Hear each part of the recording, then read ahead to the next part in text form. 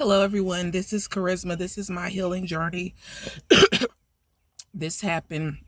What I'm going to talk about is the time last September when I was held hostage and against my will by yet another abuser in Washington, D.C. Um, you've been following my story. I've been talking about a lot of different instances of abuse that I faced, and I wish I could say that it stopped and that there's a lining, there's a rainbow at the end of this whole situations I've been facing my entire life, but there's not. But I'm not gonna let the shame um keep me from talking about it, because there's no help for me. I'm a Black woman, and that, let's say no more.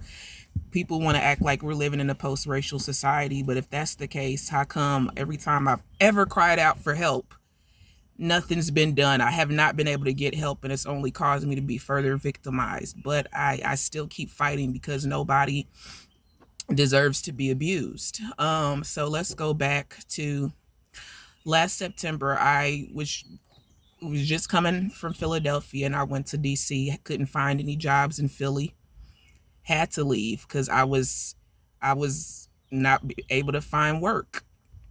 And so I packed all my things, was still paying for the apartment in Philly, and went and got an Airbnb in DC because I had already procured a job.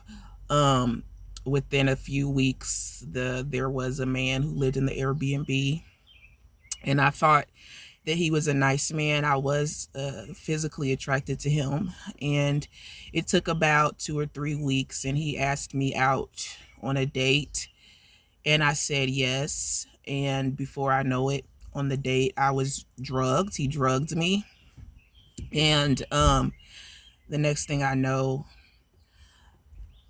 what happened. And this is hard for me to talk about. It's really hard, so bear with me. Fighting a lot of shame to even tell the story. But what ended up happening is, I remember long story short, he began abusing me severely, wanting me to stay with him and be his slave, to be his prisoner. He began putting his hands around my throat during sex. He showed me his gun. He flashed it, threatening me with his gun. Um, and on top of that, the whole entire time that I was there, the house had a serious mold infestation. So I was getting sick, really, really sick. Coughing, rash all over my body. But I had nowhere to go. As soon as I expressed to the man that I was basically being forced to be with, um, the abuse amplified.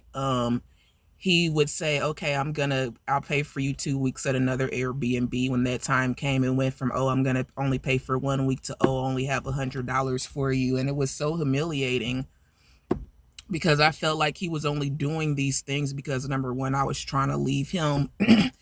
And number two, he didn't want me to be anything. He didn't want me to thrive. He didn't want me to leave him and be successful without him. He was doing everything he could to break my self-esteem down. Every time anything bad or negative would happen, it was always my fault. That's what you get. That's what you deserve. And before long, you're telling someone who's college educated with 9 credit hours in a master's program that all you're good enough to do is find a job at Wawa, and you just need to go find a job at Walmart or Wawa.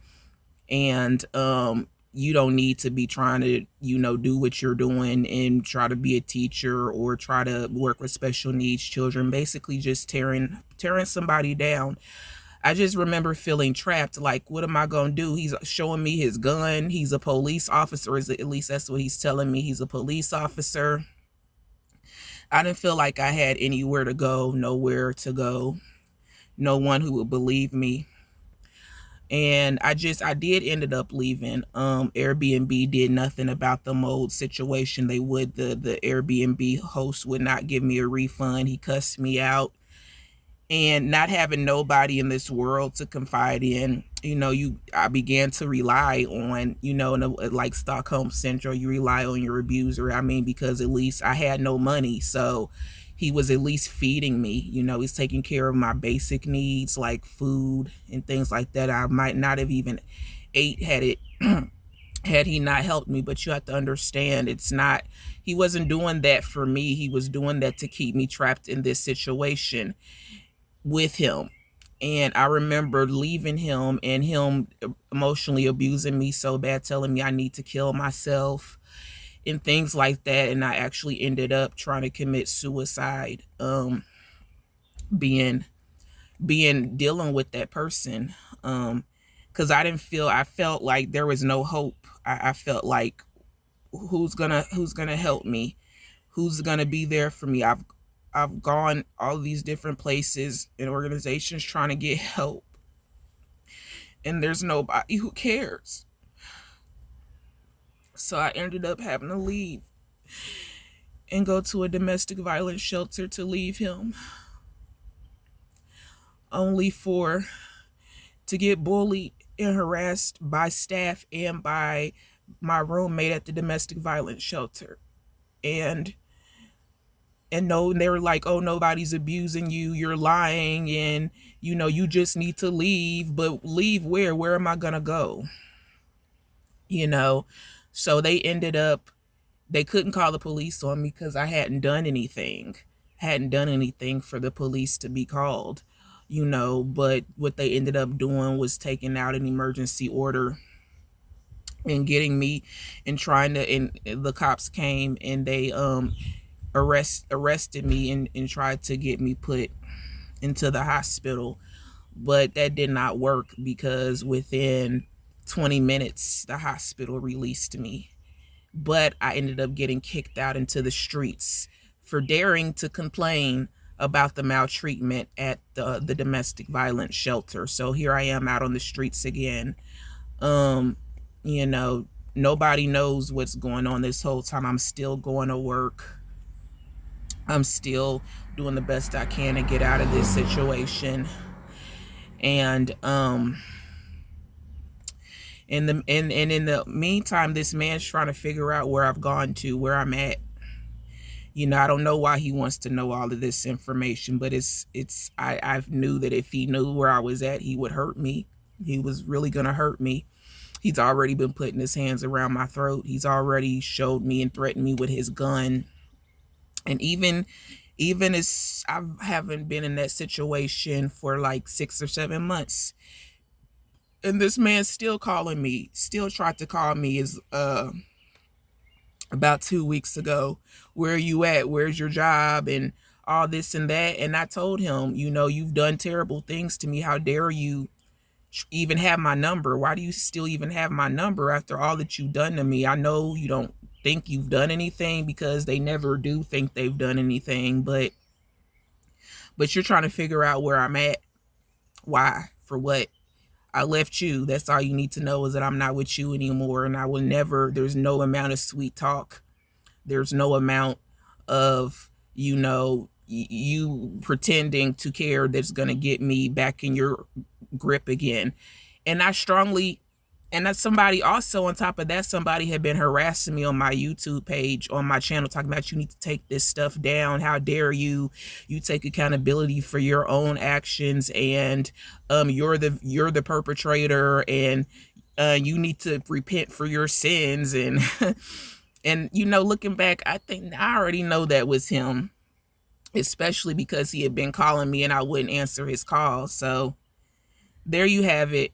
And people on my page, I get a lot of that on my page, because a lot of times people don't think that a Black woman can be a victim. Like, it's always us who are victimizing other people. It's never somebody is victimizing us or has caused us harm. So I get a lot of that on my YouTube page. Talking, you need to take that down. You need to quit posting on this page. You need to talk about this stuff after you've healed. And what do you mean after I've healed? Like, healing comes with what you do outside of therapy. It comes with, oh no, not that you need to do this after you've healed, but you need to do this after you've been in therapy. This is only stuff you talk about with a therapist. Um, Good luck for that, because if you don't have insurance, nobody's gonna really mess with you. No one's gonna help you if you don't have insurance, and they're not guaranteed, they don't have the assurance that they're going to get paid, they're not going to help you. And I don't have any positive, like affirmation or hope to share with anybody. I'm doing this because I can't continue to suffer in silence. That's why I'm telling, because I know I'm not the only woman who's faced this type of abuse, and it keeps happening and it keeps happening. And people who don't understand abuse want to say, oh, it must be you because it keeps happening to you. But you have to understand, I'm a woman, I'm a Black woman, I'm all by myself. People see that. They see that there's no man around. They see that you have nobody. And a lot of times that's all predators need. That's the only confirmation they need to attack you, to bring harm to you. It's because you're alone. And I'm alone by choice. Like, why would I want another man beating on me, choking me, pulling guns out on me, hurting me sexually, getting me comfortable sexually just so that they can assault you? And the consensual then turns into non-consensual. So I choose to be alone. In the day, if someone will help me, I've cried out, I've screamed out for help. Help me, only to have doors slammed in my face. This isn't a pity party. I'm not going to suffer in silence anymore. That's why I'm telling what I've gone through. And that's why I'm going to continue to document it so that people can see that, yes, this happens even now in post-racial, feminist movement, all of these things that we believe has improved and made America a better place. And all this and that is crap. Or I wouldn't be struggling and facing everything that I've had to face, trying to work these jobs, doing everything that I thought that I was supposed to do. I've went to school, I've got my college degree, only for jobs to hire you just to harass you on the jobs. And the first minute you complain, you get fired, and over, not having no stability, not having no place to stay half the time. My peace being threatened, just, I feel like I'm dying inside. I feel like there's no way out of this suffering. There's no way out of this pain. There's no way to a better life. Even though that's what I desperately want. I've done everything that I could. I never had children. Not to say I didn't want kids, but I never wanted to bring children into such a chaotic world to where I couldn't provide for them. And there was nothing I could do to prevent their hurt and their pain. Just like nobody helped me or prevented my hurt and my pain and my suffering, even to a child up until now. And for everybody saying, I have people on the YouTube say, oh, you're just so extremely just deranged or crazy, or it's obvious that you're just totally damaged. Okay, you think somebody's going to be okay? All the things that I've discussed on my page, all the things that I've survived, I'm dying on the inside. Every day I die a little bit more. We all do, but I still try to put one foot in front of the other, but I'm only one person. How much can one person take? And it's like you always get blamed for your own victimization, and I don't want to be a victim. That's the last thing I want to do. I want to be a survivor. I want to be a thriver. But the thing that keeps me suffering is the fact that I've been shut up about this. I haven't been able to talk about it, the shame. I've internalized those messages, and I don't want to do that anymore. I don't want to suffer in silence anymore. I'm going to document. If there's nothing else I can do, I want to document everything that I've faced, everything that I've gone through, so that other people going through the same thing can know that they're not the only one facing this type of suffering. I can't even tell you how many times I've been raped. I might have been raped about 100 times in my life. Like, honestly, if I be real honest with you, none of the sex that I've ever had in my life has been consensual. It's always been either it's outright force, or it's some type of coercion, or somebody's drugged me, or somebody's threatened harm on me unless I complied. with their demands. And I'm to a point where I don't have the answers. Only God has the answers, but I will not suffer in silence anymore. And I'm also documenting this because the person, like I said, that the police officer who I took up with, who was living in the Airbnb too, probably as a front to victimize people, he's still trying to contact me. So if something happens, people will know that he's one of the people who's abused me. It was the one at Amazon as well when I came to Baltimore as well. So yeah, now y'all know where I'm at. And that's cool though, because sometimes the best place to hide is in plain sight. So I don't have no problem telling where I'm at. None of that, because if people want to cause you harm, they gonna find a way. They'll hunt you down. But I'm tired of living my life in fear. I'm tired of being afraid. And the point of this whole YouTube uh, uh, post right now is just to get it off my chest.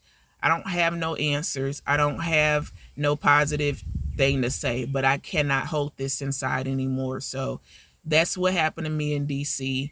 And the next one will just continue on. My next post will be about what happened when I came to Baltimore and what I'm still facing. And I'm just going to document it. Every single day I'm going to post and document, because every single day, not a day goes by when somebody's not doing something to harm me, to hurt me, to mistreat me. And I'm not doing this alone, and I'm not suffering in silence no more. Thank you. This is Charisma, and this is my healing journey.